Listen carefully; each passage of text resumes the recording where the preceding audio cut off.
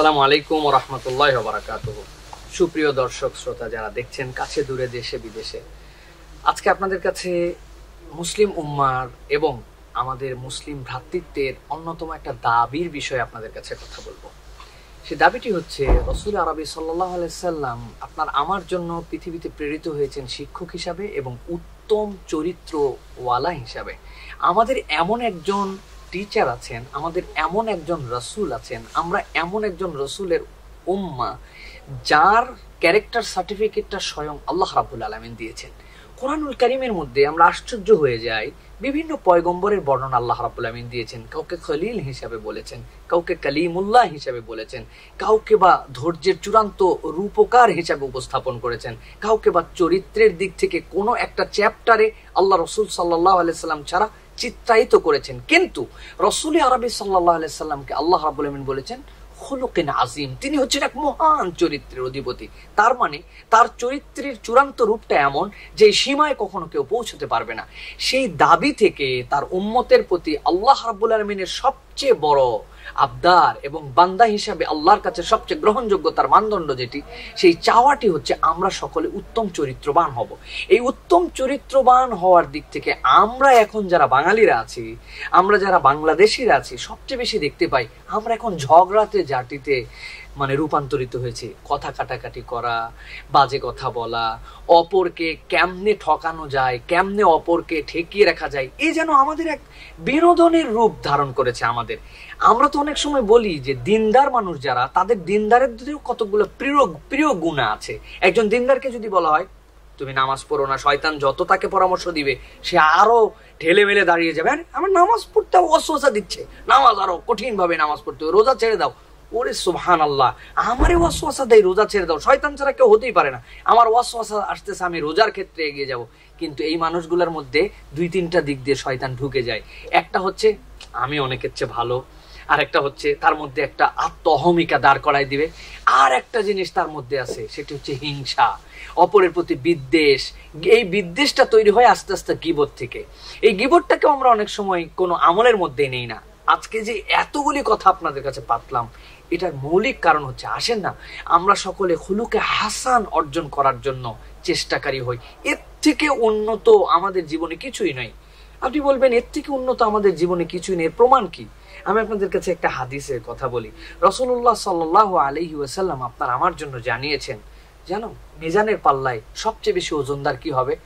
সাহাবীরা তো মনে করলেন তাহাজ্জুদ, বদরের প্রান্তরে চলে গিয়েছি আমরা, ইসলামের জন্য জীবন দেওয়ার জন্য চলে গেছি, তারপর কত ধরনের আমাদের আমল অ্যাক্টিভিটিস আছে এইগুলা। রাসূলুল্লাহ সাল্লাল্লাহু আলাইহি ওয়াসাল্লাম বলেন না, তোমাদের আল্লাহর কাছে সবচেয়ে বেশি দামি যে জিনিসটি হবে সেটি হচ্ছে তোমার উত্তম চরিত্র। সুতরাং আমাদেরকে উত্তম চরিত্রওয়ালা হতে হবে, দুনিয়াতে সবচেয়ে আদর্শিক মানুষ হিসেবে আমাদেরকে প্রতিষ্ঠিত হতে হওয়ার চেষ্টা করতে হবে।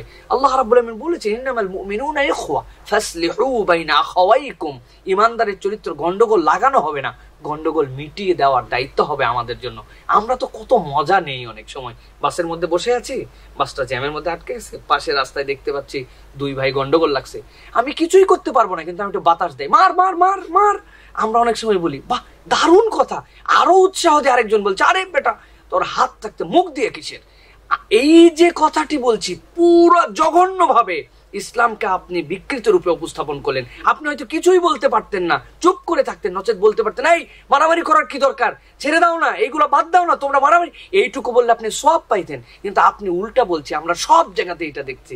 আল্লাহ রাব্বুল আমিন বলছেন তোমরা সুলহ করো, আর আমরা সব জায়গাতে কিন্তু এরকম দোষারোপের জায়গায় যাচ্ছি। প্রিয় ভাইয়েরা, রাসূলুল্লাহ সাল্লাল্লাহু আলাইহি ওয়াসাল্লাম বলেছেন অপরের জন্য তুমি যদি কল্যাণ করো, অপরের উপকারে তোমাকে যদি উৎসর্গ করো, এর দাম কি তুমি জানো?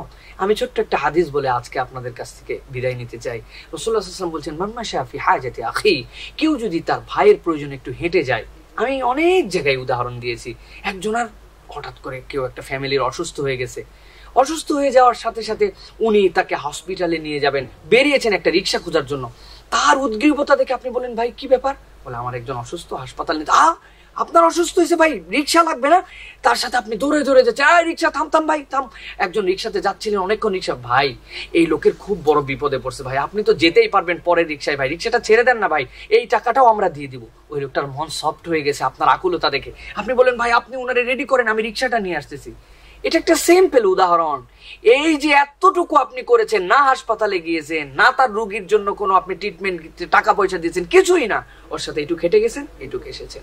রাসূল আরবি সাল্লাল্লাহু আলাইহি সাল্লাম বলছেন, যদি কেউ এই কাজটি করে, আল্লাহ রাসূল কানা খায়রাল্লাহু মিন ইতিকাফি 10 সিনিন, আল্লাহ রাসূল বলছেন 10 বছরে ইতিকাফ করলে যে সওয়াব হয়, আল্লাহ তার আমলনামায় এইটুকুর দ্বারা এইরকম সওয়াব দান করবেন।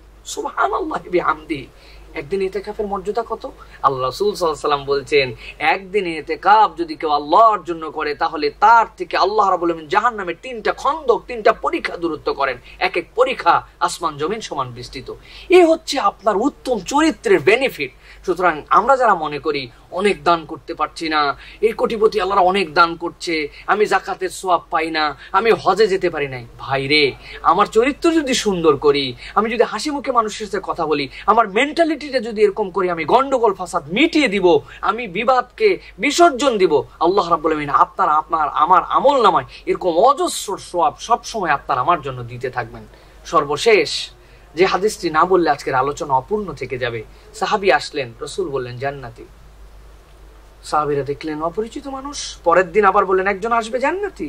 তারপরের দিন একই লোক, 3 দিন। সাহাবীরা পিছনে লেগে গেছেন, কি এমন আমল করে, চিনি না আমরা সেরকম ভাবে, সেরকম ফেমাস কেউ নয়, তিনি জান্নাতি ডিক্লারেশন পেয়ে যাচ্ছেন। আপনার এই হাদিসটা মনে পড়ছে না? যারা শুনছেন এই হাদিস শুনেছেন না আপনারা কতবার, কিন্তু আমাদের অন্তরের মধ্যে কাজ করে না। উনি কি বললেন? রাত্রে থেকেছেন, তাহাজ্জুদ দেখেন নাই, রাত্রে এক্সট্রা আমল দেখেন নাই, মন খারাপ করে চলে আসছেন, আরে রাত্রে যাই এশার নামাজের পর ঘুমায় যায়, ফজরের সময় মসজিদে নববীতে আছে, কি এমন আমল করলো? ডেকে বললেন ভাই দিকে আসো, তুমি এই জন্য এসেছিলে?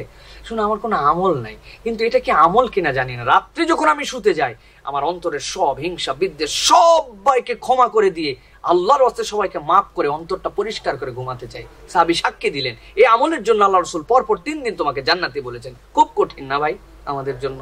আমরা অন্তরগুলাকে বিদ্বেষে ভরপুর করে রেখেছি, নিজেই নিজের কষ্ট, অপরকে ক্ষমা করে দেন, দেখেন শান্তিতে জীবন যাপন করতে পারবেন। এটা এত সহজ হবে না যতক্ষণ না আমার ভিতরে খুলুকে হাসান না আসবে, হিংসা ত্যাগ করতে না পারবো, অপরকে ভালোবাসা দিতে না পারবো, মন মেন্টালিটিতে আমরা যতক্ষণ পর্যন্ত না গন্ডগোল বিবাদ মিটিয়ে আমরা পরোপকারী মন মানসিকতাওয়ালা না হতে পারবো, ততক্ষণ কিন্তু এটা সম্ভব নয়। আর এই সবগুলো গুণ কিভাবে আসবে? রাসূলুল্লাহ সাল্লাল্লাহু আলাইহি ওয়াসাল্লামের সিরা চর্চা করতে হবে, সিরা পড়তে হবে। কত বই পড়লাম, আমার নবীর জীবনে একবার পড়ি নাই। হাই রে, কত বায়োকেমিস্ট্রি, বায়োলজি, ফিজিক্স, গণিত, ম্যাথমেটিক্স, কত বড় বড় থিসিস পেপার, সব নবীর জীবনে একবার পড়লাম না।